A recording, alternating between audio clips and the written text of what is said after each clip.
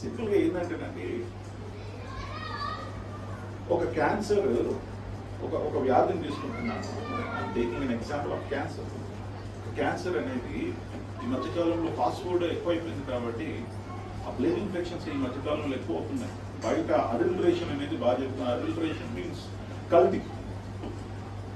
డబ్బు సంపాదించాలన్న కోరిక కలిగి ప్రతి ఒక్కరికి క్వాలిటీ ఫుడ్ కాకుండా అడల్టరేషన్ ఫుడ్ అంటే కల్తీ వస్తువులతోటి తయారు చేసిన పదార్థాలు మనకి చిన్న చిన్న రేట్లలో అమ్మేస్తున్నారు.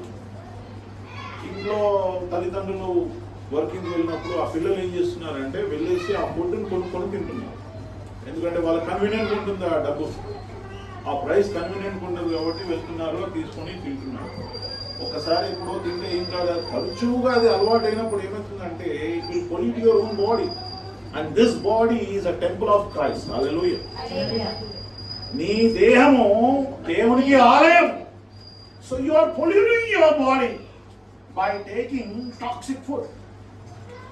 And when you are taking a toxic food, not even you are thanking God for this toxic food. మీరు ఏది తిన్నను ఏది తాగినను మీరు కృతజ్ఞతతో మీరు ఎప్పుడైతే తింటారో దాంట్లో ఉన్న టాక్సిక్ కూడా మిమ్మల్ని ఏమీ చెయ్యదు. This is the word. But what we are doing, we are starving. Biryani చూసారా, కడుపులో ఇక ఎలుకలు పరిగెడుతూ ఉంటాయి. 1 గంట అయింది, 1 గంట అయింది, 1 గంట అయింది, 1:30 అయింది రండి. We are running for food.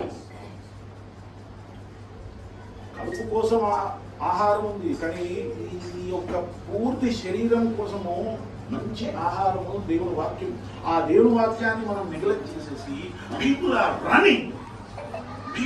Running only for the sake of food. Adulteration food తీసుకొని ప్రతి ఒక్కరూ నానా అవస్థ పడుతున్నారు. చిన్న వయసులోనే టైప్ 1 డయాబెటీస్ వస్తుంది, చిన్న వయసులోనే క్యాన్సర్లు వస్తున్నాయి, చిన్న వయసులోనే బీపీ సమస్యలు వస్తున్నాయి, చిన్న వయసులో ఒబేసిటీ ఇష్యూస్ వస్తున్నాయి, పీసీఓడి ప్రాబ్లమ్స్ వస్తున్నాయి, థైరాయిడ్ ఇష్యూస్ వస్తున్నాయి. So these are all young generations are affecting with this. ఏంటయ్యానంటే ఫాస్ట్ ఫుడ్ అండి, ఈ మధ్యకాలంలో ఉన్న ఫుడ్ అంతేనండి అనేసి ఇది కామన్ అనేసి మనం వింటున్నాము, అదే నమ్ముతున్నాము, అదే మనం అప్లై చేస్తున్నాము.